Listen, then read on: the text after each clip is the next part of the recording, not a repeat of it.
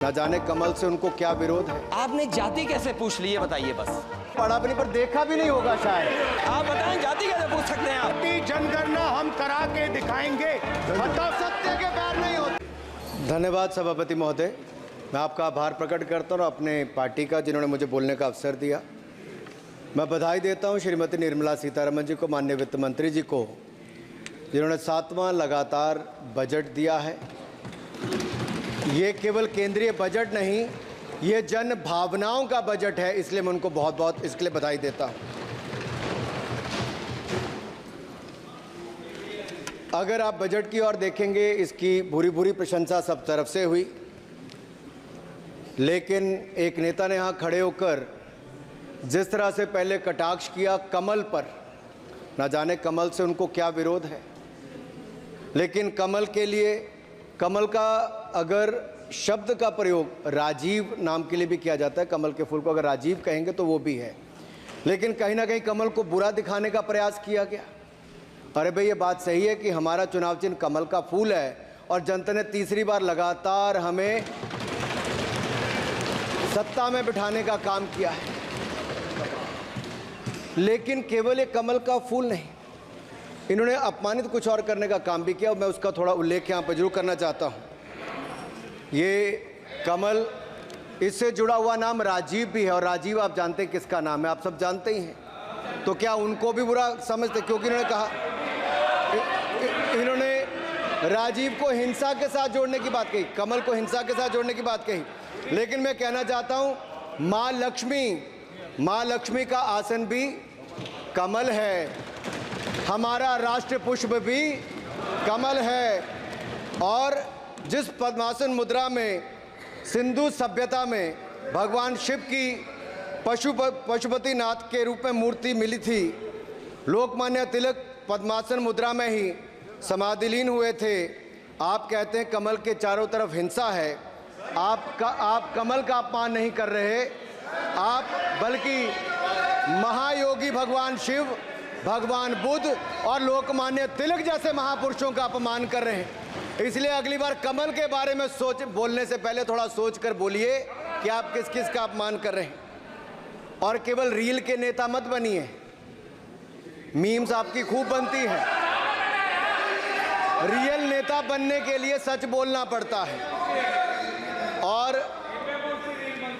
और सर, कुछ लोग एक्सीडेंटल हिंदू हैं और महाभारत का ज्ञान भी एक्सीडेंटल है। और उस नेता के अलावा और कौन नहीं जानता कि महाभारत में अभिमन्यु का वध 7 महारथियों ने मिलकर किया था। जयद्रथ, दुर्योधन, दुशासन, कर्ण, द्रोणाचार्य, कृपाचार्य और शकुनी। लेकिन राहुल जी ने कभी महाभारत, शायद, अब मुझे तो पता नहीं, पढ़ा भी नहीं पर देखा भी नहीं होगा शायद सर, मुझे लगता है अंकल सैम ने लिख कर दिया होगा,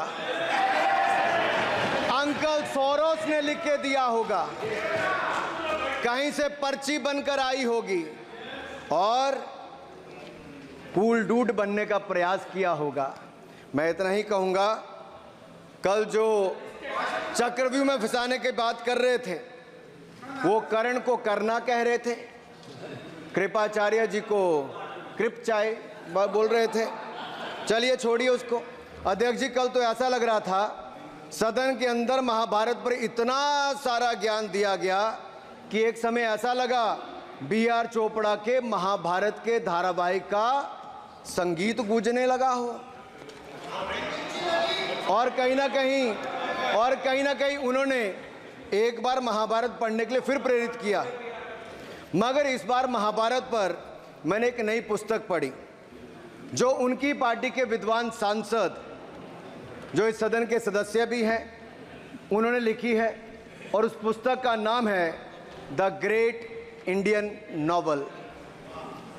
राहुल जी को अगर महाभारत और चक्रव्यूह के विषय में विस्तृत जानकारी लेनी है तो अपने उस सांसद से वो संपर्क कर सकते हैं। और मैं बताऊंगा, शशि थरूर जी ने, शायद वही राहुल गांधी जी को बता दें, या बताएंगे नहीं तो मैं बता देता हूं कि आपने महाभारत और भारत के स्वतंत्रता संघर्ष को मिलाकर जो उपन्यास लिखा है उसके पात्र कौन कौन हैं। इस उपन्यास में धृतराष्ट्र के रूप में किस नेता को दिखाया गया है, कौरव किस पार्टी को कहा गया है, इस उपन्यास में प्रिय दुर्योधनी कौन है। जब राहुल जी को इसका पता चलेगा तो मुझे लगता है कहीं ना कहीं शशि थरूर जी पर कार्रवाई ना हो जाए। लेकिन क्या है साहब, ये लोग तो संविधान दिखाते थे, पढ़ते नहीं थे। मैंने उस दिन पूछ लिया कितने पन्ने होते, तो वो भी नहीं बता पाए। मैंने उसके बाद पूछा कि ये जो आप संविधान की कॉपी लेकर चलते हो, इसका प्रीफेस पढ़ा है, इसका फॉरवर्ड पढ़ा है, इसकी प्रस्तावना किसने की है। के वेणुगोपाल जो सॉलिसिटर जनरल इनकी सरकार के समय भी रहे होंगे, सीनियर एडवोकेट हैं, या गोपाल शंकर नारायण जो सीनियर एडवोकेट हैं, उन्होंने उसकी प्रस्तावना की थी और प्रस्तावना में लिखा था कि कैसा काला अध्याय वो इमरजेंसी का समय था। और ये संविधान जो डॉक्टर BR अंबेडकर जी ने दिया, अगर ये नहीं दिया होता तो आम जनमानस को अपने अधिकारों का पता भी नहीं लगता। लेकिन इन्होंने तो उसको पढ़ा ही नहीं था, लेकिन केवल कॉपी दिखा रहे थे इतने दिनों से साहब। ऐसे ही महाभारत पर भी ऐसी हालत लग रही है। और मुझे लगता है, और नहीं तो गूगल दादा तो थे, इनसे पूछ लेते आप क्या करते हो साहब, साथ में कुछ बताया करो। सर इस उपन्यास के, माननीय सभापति जी, इस उपन्यास के मुताबिक जिस पार्टी के सर्वे सर्वा आप हैं, उस उपन्यास के वही कौरव पार्टी है। मैं अपनी तसल्ली के लिए कुछ पंक्तियों को यहां उद्धृत कर देता हूं। मैं कोट कर रहा हूं सर, पेज नंबर 245 से। The India of which Dhritarashtra assumed the leadership on 15th August 1947 had just been through a cathartic process of regeneration, another stage in this endless cycle. अब 15 अगस्त 1947 को प्रधानमंत्री के रूप में मोदी जी तो नहीं थे, और ये कह रहे हैं कि जिन्होंने 15 अगस्त 1947 को उस समय वो सत्ता ली थी वो धृतराष्ट्र थे। तो धृतराष्ट्र किसको कहा गया? धृतराष्ट्र को किसको कहा गया?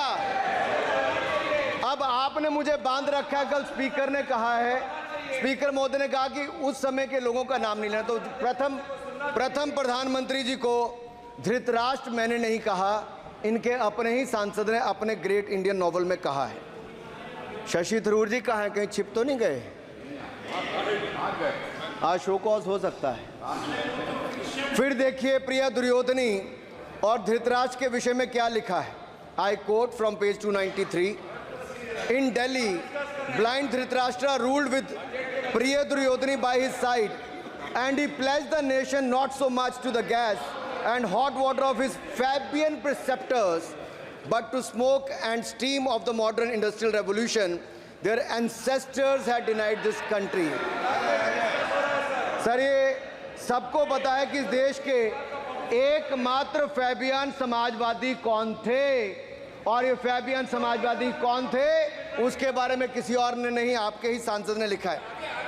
अरे वाह, इसमें तो आगे इमरजेंसी की चर्चा भी है, और जिसे इंदिरा गांधी जी ने थोपा था और इमरजेंसी के लिए उपयोग किया है। Saugata Dada, you are not Shashi Tharoor, please. ये देश इनकी यातनाओं का सर भुगत भोगी रहा इमरजेंसी के समय, और वो काला खंड, वो काला अध्याय वो देश कभी भूल नहीं पाएगा, जिसने देश के लोगों को कठिन शब्द इमरजेंसी के बारे में भी बताया। सर तो हम चर्चा कर रहे थे द ग्रेट इंडियन नॉवल के अध्याय 7th बुक की, जिसमें प्रिय दुर्योधनी और उनके प्रिय पात्र शकुनी शंकर डे देश में आपातकाल लगाने की योजना बना रहे थे। सर मैं पढ़ता हूं कि शकुनी ने क्या कहा। I quote, what you could do now is to declare an internal siege a grave threat to the stability and security of the nation from internal disruption. जिस बुक को आप कोट कर रहे हैं उस बुक को आप सबमिट कर दीजिए। मैं कर दूंगा साहब, एक कॉपी आपको भी भिजवा दूंगा साहब, एक टेबल पे भी रख दूंगा। So what you could do now is to declare an internal seize, a grave threat to the stability and security of the nation from internal disruption.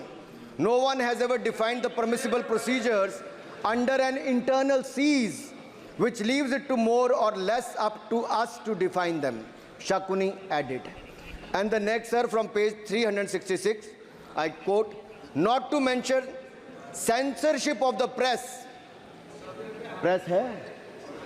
Not to mention censorship of the press, which is nowhere explicitly ruled out in the Constitution. Suspension of certain fundamental rights, free speech, assembly, and that sort of things, and measures to put up the judiciary in their place, said Shakuni. Sir, ये किसी और ने नहीं, और मैं कहना चाहता हूं सर, माननीय अनुराग जी, एक किताब गौरव जी को भी भिजवा दीजिएगा। मैं कॉपी गौरव जी को भिजवा दूंगा सर। सर, इसमें जिनकी मैं बात कर रहा हूं वो हमारे उस समय की प्रधानमंत्री थी जिन्होंने इमरजेंसी लगाई थी। एक नेता की स्वर्गीय दादी जी भी हैं, और मैं उनके नाम के आगे प्रियदर्शनी भी लिखा जाता था, और उन्होंने इमरजेंसी लगाई थी। लेकिन माननीय सभापति जी, मैं कहना चाहता हूं, दुशासन और दुर्योधन दोनों बहुत ही दुष्ट और बदमाश हो सकते थे, लेकिन उन्होंने भी कभी इमरजेंसी नहीं लगाई थी। दुशासन और दुर्योधन दुष्ट भी हो सकते हैं, दुश्मन भी हो सकते हैं, बदमाश भी हो सकते हैं, लेकिन उन्होंने भी इमरजेंसी नहीं लगाई थी। सर, पूरे उपन्यास में 74 बार कौरव और कौरव पार्टी की चर्चा हुई, हर एक में कांग्रेस का चरित्र झलकता है। राहुल जी सदन में हजारों साल पूर्व हुए महाभारत की कहानी सुना रहे थे, मगर उनकी अपनी पार्टी के पढ़े लिखे एक विद्वान पूर्व मंत्री और सांसद आज के महाभारत की कहानी लिखते हुए बताते हैं कि कौन कौरव था, कौन शकुनी था, कौन धृतराष्ट्र था, कौन दुशासन था, कौन दुर्योधन था, कौन कर्ण था। जरूर पढ़िएगा, सबके किरदार उसी में मिलने वाले हैं। और शायद जिस समय शशि थरूर जी लिख रहे थे उस समय आपका टैलेंट इनको पता नहीं था, नहीं तो 100 पन्ने तो आप पे ही लिख देते साहब। आप चाहते कार्रवाई हो जाए। माननीय सभापति जी,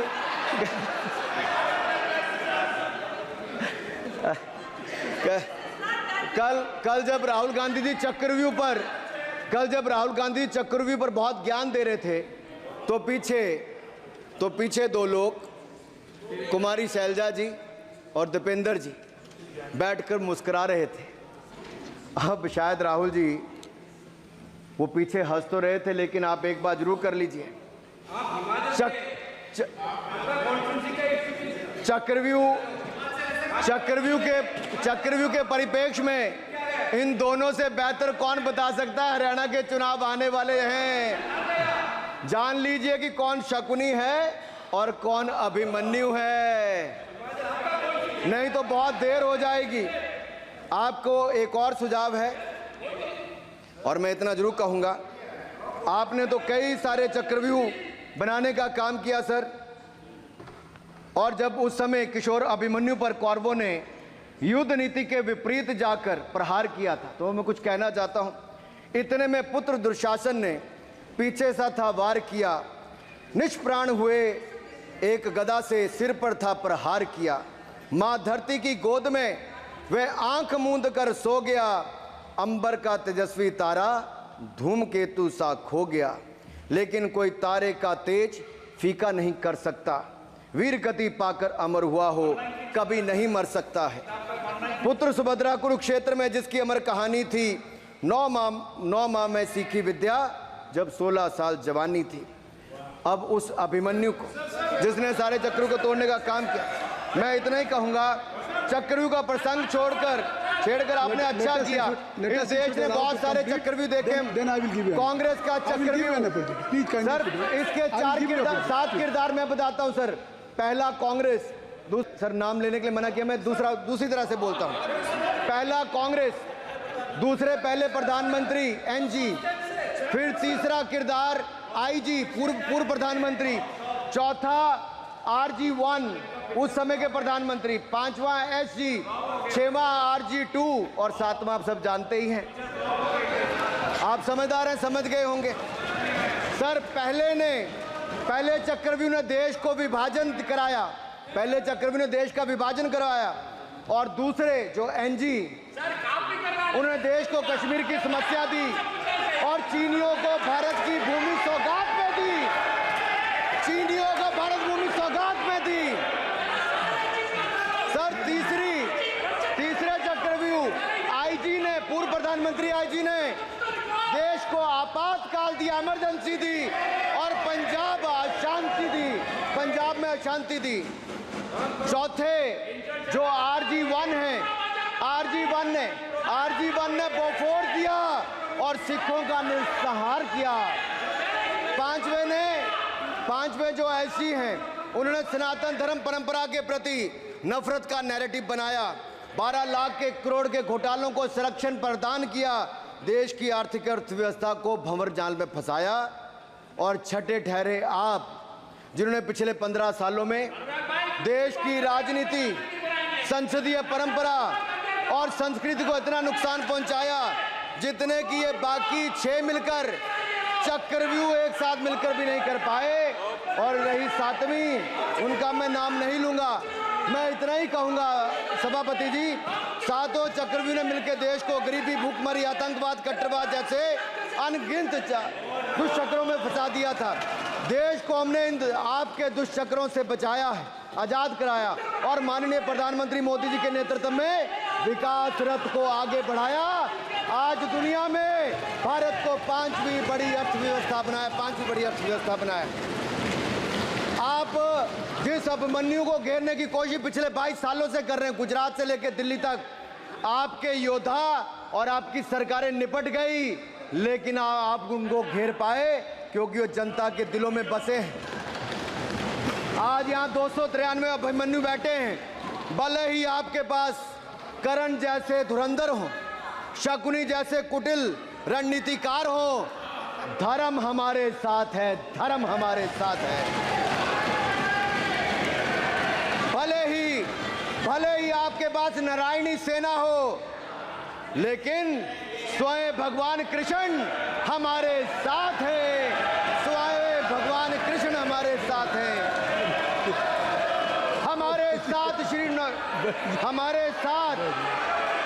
हमारे साथ श्री रघुनाथ तो किस बात की चिंता शरण में दिखाया। माननीय सभापति जी, हमारे साथ श्री रघुनाथ तो किस बात की चिंता शरण में रख दिया जब मात, तो किस बात की चिंता। हमारे साथ तो जनता रूपी रघुनाथ है और आगे भी रहने वाला है। आप देखिए, ये कल से हलवा बांटने की बात कर रहे थे। अध्यक्ष महोदय कांग्रेसियों के कंधे पर सवार होकर सैर करते हैं, जैसे मदारी के कंधे। सर इसको देख लीजिए। माननीय आप असत्य कहें, हम कार्रवाई का हिस्सा नहीं है। असत्य कहें। माननीय सभापति जी, I have already given ruling, mister Venugopal ji, I have given ruling, please. माननीय सभापति, असत्य के पैर नहीं होते, असत्य के पैर नहीं होते, और ये असत्य अक्सर कांग्रेसियों के कंधे पर सवार होकर सैर करता है। जैसे मदारी के कंधे पर बंदर होता है, वैसे ही राहुल जी के कंधे पर दल होता है। जैसे मदारी के कंधे पर बंदर होता है, वैसे ही राहुल जी के कंधे पर बंडल होता है, जिसे वो रोज यहाँ परोसते हैं। ये बजट पर, सदन पर। माननीय सभापति जी, जिस व्यक्ति को बजट निर्माण की प्रक्रिया का पता ना हो, संसदीय कार्य में रुचि ना हो, मात्र अध्यादेश को फाड़ने का काम किया हो, उससे क्या अपेक्षा की जा सकती है। मैं पूछना चाहता हूँ, हलवा किसको मिला? मैं पूछता हूँ हलवा किसको मिला? राहुल जी बताइए, हलवे की बात की थी, जीप घोटाले का हलवा किसने खाया? वो फोर्स घोटाले का हलवा किसने खाया? अंतरिक्ष देवास घोटाले का हलवा किसने खाया? नेशनल हेराल्ड के घोटाले का हलवा किसने खाया? सबमरीन घोटाले का हलवा किसने खाया? अगस्ता वेस्टलैंड घोटाले का हलवा किसने खाया? 2G स्कैम हलवा किसने खाया? कॉमनवेल्थ स्कीम का हलवा किसने खाया? कोयला घोटाले का हलवा किसने खाया? वाल्मीकि योजना घोटाले का हलवा किसने खाया? चारा घोटाले का हलवा किसने खाया? यूरिया स्कैम का हलवा किसने खाया? राहुल जी, हलवा मीठा था या फीका? माननीय सभापति जी, कुछ लोग ओबीसी की बात करते हैं। मैं ये कहता हूं, इनके लिए ओबीसी है। गौरव सुनिए, गौरव बड़ा इंपॉर्टेंट है। आप kindly address to the chair. माननीय सर, इनके लिए ओबीसी का मतलब है only for brother in law commission,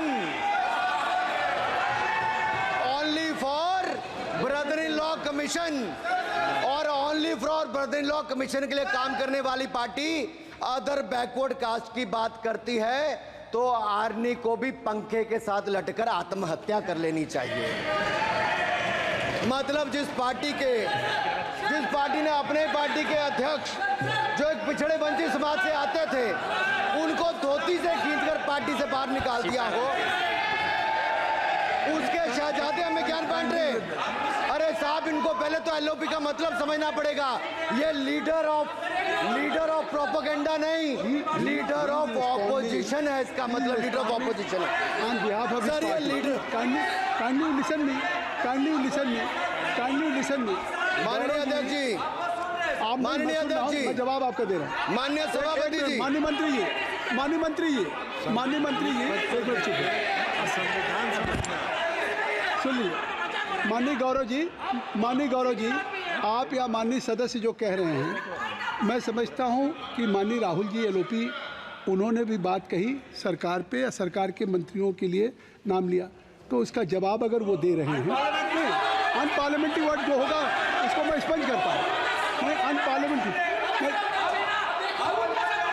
Anurag Thakur ji. Sir, माननीय अध्यक्ष जी, माननीय सभापति जी, आप देखिए, मैं इतना ही कहना चाहता हूं कि अब बंद कर दें, क्योंकि एलओपी का मतलब लीडर ऑफ प्रोपेगेंडा नहीं, लीडर ऑफ ऑपोजिशन होता है। अब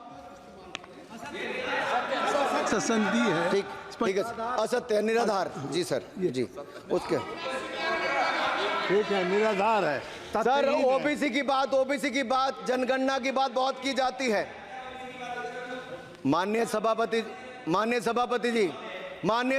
जी, जिसकी जात का पता नहीं वो गणना की बात करता है।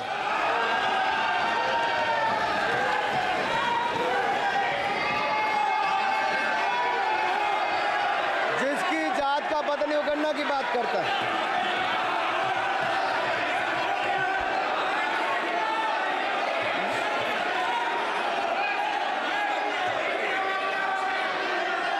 माननीय सभापति जी,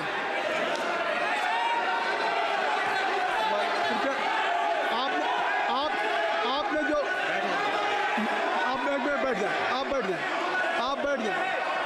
आप बैठ जाएं। माननीय अखिलेश जी, आपने जो बात उठाई है मैं उसको दिखवा लूँगा। मैं आपकी बात को ले रहा हूँ। उन्होंने जो बात कही है, आप जो विरोध कर रहे हैं, मैं उसको दिखवा लूँगा। आपने जो बात कही उसको मैं दिखवा लूँगा। अनुराग जी, माननीय सभापति जी, कृपया आप लोग बैठ जाएं। आप बैठ जाएं। अच्छा, आप बैठ जाएं। आप बैठ जाएं। आप बैठ जाएं। ठीक है। गौरव जी,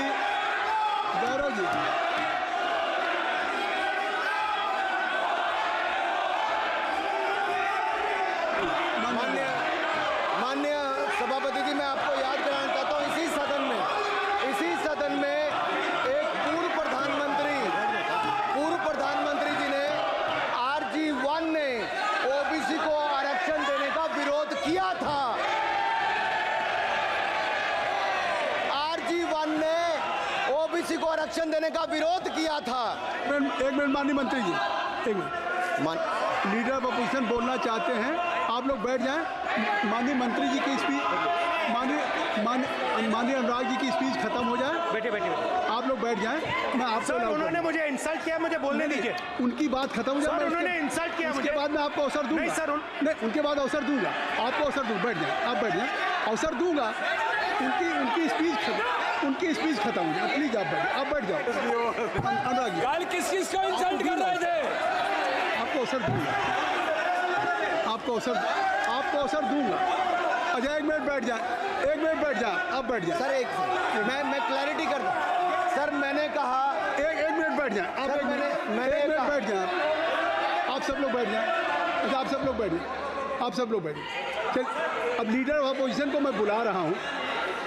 अब ये पर is it fair if I am allowing to your leader of opposition, is it fair? मैं फिर मैं उनको बुला लूँगा। नहीं तो मैं आपको बुला रहा हूँ तो पहले बैठ जाएं। पहले लोग बैठ जाएं। पहले बैठाइए सर। सब लोग बैठ जाएं। पहले सब लोग बैठ जाएं तब मैं आपको अलाउ करूँ। सब बैठ जाएं, मैं आपको अलाउ करूँ। मैं आपको अलाउ करूँगा, सब बैठ जाएं। मैं अलाउ करूँगा। आप मेरी बात सुन नहीं पा रहे। मैं आपको अलाउ करूँगा, पहले सब बैठ जाएं। हाउस इन ऑर्डर होगा। गौरव जी आप भी बैठ जाएं। मैं लीडर ऑफ अपोजिशन को अलाउ कर दे रहा हूँ। अगर आप ये कह रहे हैं कि हमें इंसल्ट किया गया, मैं बिल्कुल आपको अलाउ कर रहा हूँ। सर दीजिए सर, बोलने दीजिए सर। मैं आपको अलाउ, बोलने दीजिए सर। ऐसा नहीं बोल सर रहा। बोलने दीजिए सर। मैं आपका नाम तो लूँ। राहुल गांधी जी। स्पीकर सर देखिए, जितना मेरा आप लोग इंसल्ट करना चाहते हैं आप खुशी से करिए, आप रोज करिए, मगर एक बात मत भूलिए, जाति जनगणना को हम यहां पास करके दिखाएंगे। धन्यवाद। जितना इंसल्ट करना करिए, मैं खुशी से लूंगा। अरे तो अपनी जाति भी लिखनी पड़ेगी उसमें। आप चुप रहें। श्री अनुराग ठाकुर जी, देखिए हमने समय दे दिया, अब आप बैठे। ये तरीका नहीं है, नहीं ये तरीका है। आपको हमने टाइम दे दिया, क्या? आप बैठ चुके हैं, आप बैठ चुके हैं। ये नहीं, आप बैठ चुके। श्री अनुराग ठाकुर जी, सर मुझे लगता था कि इनको भाषण देने से पहले पर्ची आती होगी। हमने आपको लेकिन हर बार इंटरवेंशन के लिए पर्ची आती है अपने बलबूते पर। सर उधार की बुद्धि से राजनीति नहीं चलती है। उधार की बुद्धि से राजनीति नहीं चलती है। यहाँ पर्ची लेने से काम नहीं चलता है। आप बोल के हटते हो, फिर पर्ची आती, फिर बोलते हो।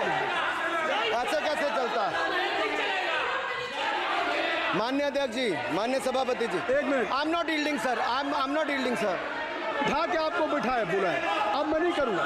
मैंने आपको अनुराग ठाकुर जी को बिठा के आपको मैंने समय दिया, तो अब अनुराग ठाकुर जी बोलेंगे। चलिए। सर मैं इतना ही कहूंगा, उधार की बुद्धि से राजनीति नहीं चलती है। आजकल कुछ लोगों पर जातिगत जनगणना का भूत सवार है सर। लेकिन मैं इतना कहूंगा सर, मैंने क्या कहा था सर? सर माननीय सभापति जी, मैं गंभीर बात कर रहा हूं, ये नहीं सुन रहे हैं। मैंने कहा था जिस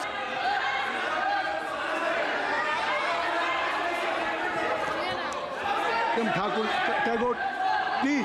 माननीय सभापति जी, I have already given an माननीय सभापति अपॉर्चुनिटी जी। टू राहुल गांधी जी। राहुल गांधी जी अपनी उन्होंने ही हैज एक्सप्रेस हिज फीलिंग जो उनको था। नहीं आप दल से बाहर आ जाए, कृपया आप दल से आ जाएं, फिर मैं उनको फिर समय दे दूंगा। जी सर मैंने कहा था कि जिसको जात का पता नहीं वो गणना की बात करता है। मैंने नाम किसी का नहीं लिया था सर, नाम तो किसी का नहीं लिया था, नाम किसी का नहीं लिया था, लेकिन जवाब देने कौन खड़े हो गए? सर मैं कहना चाहता हूं माननीय सभापति जी, अगर आप देखेंगे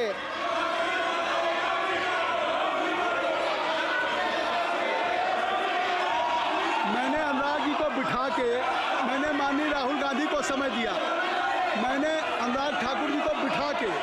तो कृपया आप लोग जब एलओपी को टाइम मिल गया तो आप सदन में व्यवधान अब फिर बोलना चाहते हैं, आप खड़े हो जाइए। आप फिर बोलना चाहते हैं, खड़े हो जाइए। चलिए खड़े हो। अब लोग जाइए बिल से बाहर। LOP please, LOP I am giving. तो बिल से तो जाइए सर। स्पीकर सर, अगर मैं आपके एलओपी को टाइम दे रहा हूं तो आप ये क्या मतलब?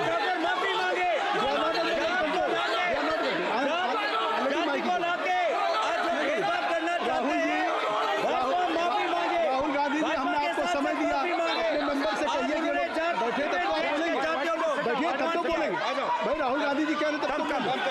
आप अंदर आइए, चलिए। हाई भी सबको ले जाइए प्लीज। सर माइक लीजिए सर। एक मिनट, माइक मिल जाएगा आपको, माइक मिल जाएगा। बेल खाली कर दीजिए। इतनी अच्छी वर्षा, पूरा देश इतनी अच्छा बजट पे स्पीच दे रहा है। You have already spoken. Rahul ने कह दिया। अभी अब आप अपने लीडर का सम्मान करें। हमने आपके लीडर को दूसरी बार फिर बुला रहा हूं, आप अपने लीडर का सम्मान करें। हाउस के एलओपी हैं और अगर मैं उनको दूसरी बार बुला रहा हूं, उनको बिठा दिया माननीय सदस्य को, तो कृपया आप लोग तो कम से कम इस बात को महसूस करें। मिस्टर केसी, नहीं please don't be. Mister Rahul Gandhi, आप लोग बैठिए। राहुल स्पीकर सर, बोलने का मन क्या था? स्पीकर सर, सर माइक नहीं सर, माइक यहाँ से नहीं जाता। स्पीकर सर, मैं नाम जो ले भी लूंगा, माइक आ जाएगा। स्पीकर सर, जो भी इस देश में दलितों की, आदिवासियों की, पिछड़ों की बात उठाता है, जो भी उनके लिए लड़ता है, उसको गाली खाना ही पड़ता है। और मैं ये सब गालियां खुशी से खाऊंगा, क्योंकि महाभारत की बात हुई तो महाभारत में अर्जुन को सिर्फ मच्छी की आंख दिख रही थी, उसी प्रकार मुझे सिर्फ मच्छी की आंख दिख रही है। जाति जनगणना हम करा के दिखाएंगे। खत्म। आपको जितनी गाली देनी है आप दीजिए, हम खुशी से लेंगे। धन्यवाद। गौरव, धन्यवाद। श्री अनुराग ठाकुर जी, गौरव जी, नहीं गौरव जी, आप देखिए, गौरव जी आपको हमने समय दीजिए। खत्म हो जाएगा सर। श्री राहुल गांधी, खत्म हो जाएगा सर। श्री राहुल गांधी प्लीज। राहुल गांधी जी, ये तय कर ली। मुझे जब आप चाह रहे हैं, मैं आपको बोलने का अवसर दे रहा हूं। हाँ सर, तो कम से कम गौरव जी आपके बोलने के बाद ऐसी परिस्थिति न क्रिएट करें कि स्पीकर सर, सदन को चलाने की जिम्मेदारी जितनी सत्ता पक्ष की है उतनी प्रतिपक्ष भी है। अनुराग ठाकुर जी ने मुझ पर गाली दी है। नहीं, कोई बात मुझे सर बोलने दीजिए सर। मुझे उनको बोले सर अनुराग ठाकुर जी ने मुझे इंसल्ट किया है, मगर मैं अनुराग ठाकुर जी से कोई माफ़ी नहीं चाहता हूं। मुझे कोई माफ़ी की ज़रूरत नहीं है। मैं लड़ाई लड़ रहा हूं। जितनी आपको गाली देनी है मैं आपसे कभी माफ़ी नहीं मांगूंगा। मुझे आपकी माफ़ी नहीं चाहिए। राहुल गांधी जी, मैं चेयर पे हूँ और चेयर का काम है कि अगर कहीं भी कोई असंसदीय या किसी को गाली दी गई तो मैं उसको देखूंगा, मैं उसको कार्रवाई निकालूंगा, मिस्टर के उसको निकलवाऊंगा। ठीक है, आप नहीं कर रहे हैं, लेकिन अगर दी है तो मैं उसको कार्रवाई का हिस्सा दिखवा के उसको स्पंज करूंगा। ठीक, आपने कर दिया। सुन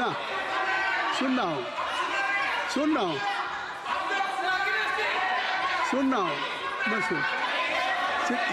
श्री अनुराग ठाकुर जी, माननीय सभापति जी, श्री अखिलेश यादव जी, बैठ जाए। श्री अखिलेश सभापति महोदय, मैं केवल इतना, सभापति महोदय, स्वागत दादा, अभी क्या तरीका? सभापति महोदय, मेरा आपसे केवल इतना निवेदन है।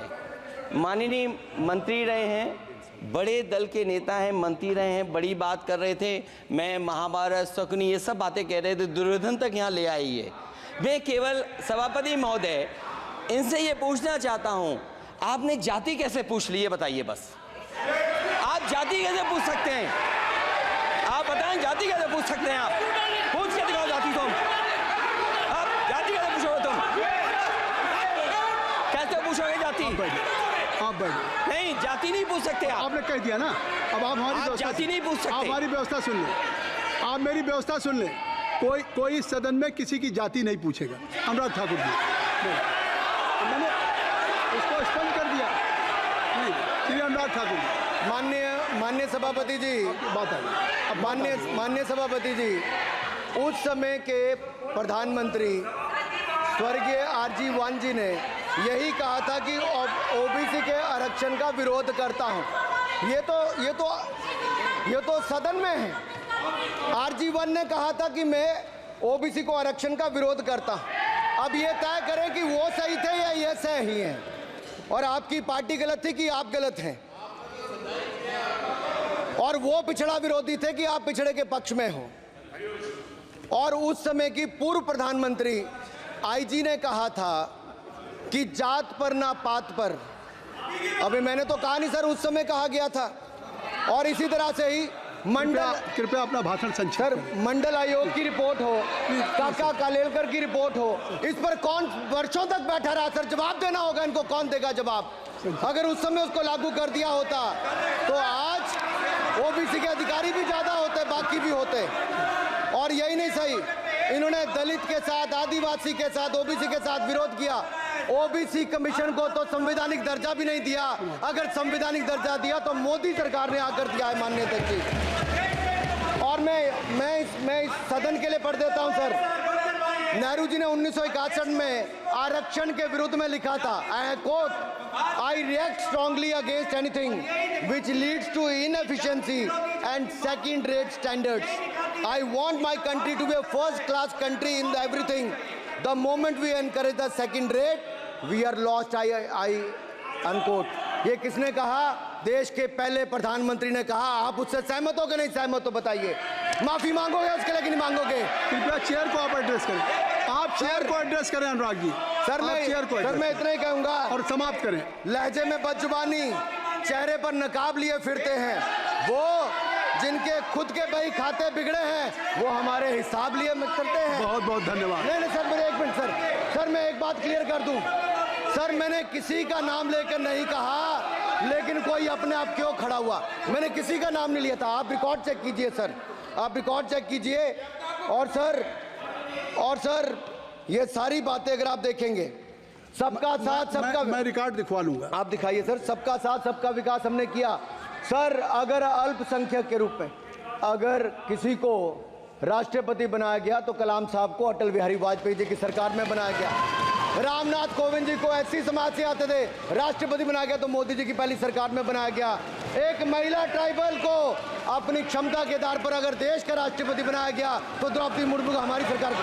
अगर ओबीसी प्रधानमंत्री है तो आज माननीय प्रधानमंत्री मोदी जी। आज सबसे ज्यादा मंत्री एससी एसटी ओबीसी है तो हमारी सरकार में सर मैं इतना ही कहूंगा। समाप्त करें सर। मैं 2 मिनट में खत्म। Sir 2 minute sir. MSP sir, ये एमएसपी की बात कर रहे थे सर। एमएसपी कौन लाया? एमएसपी सर 61 के युग में, उस समय के पहले प्रधानमंत्री जी ने लाए, लेकिन इन्होंने उसको गारंटी क्यों नहीं दिया भाई? 61 के बाद 66 में आप लाए। आप इतने सालों तक क्या करते रहे? क्यों नहीं आपने प्रावधान उसका किया? सर दूसरा मैं कहना चाहता हूं, कर्नाटक में 1200 किसानों की आत्महत्या होगी। 1200 किसानों ने गए आप मिलने के लिए। कितने एससी एसटी ओबीसी थे? कितने एससी एसटी ओबीसी थे? सर वहां के ओबीसी का पैसा, एससी एसटी का पैसा, उनका बजट 34% कर्नाटक में खत्म करके अलग कर दिया गया। पूछा आपने क्या उनसे? कौन किया? और सर यही नहीं, मैं पूछता हूं सर मैं पूछता हूं इनमें से सर। अब आप संक्षिप्त समाप्त करें। आप समाप्त सर एक मैं कहना चाहता हूं सर आप देखिए ओबीसी के लिए आज ओबीसी का कोटा खत्म करके अगर मुसलमान को आरक्षण देने की बात कोई करता है तो आपकी आंध्र कर्नाटक आपके कहने पर वो लोग करने की बात करते हैं। आप यहाँ पे ओबीसी की बात करते हो सर। माननीय सभापति जी, मैं एक बात और कहना चाहता हूँ यहाँ पर।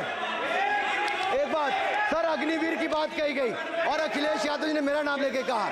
सर मैं हिमाचल प्रदेश से आता हूँ, बहुत छोटा राज्य, 70 लाख की आबादी है सर देश में कारगिल के समय सबसे ज्यादा शहादत दी तो हिमाचल के वीर सपूतों ने दी।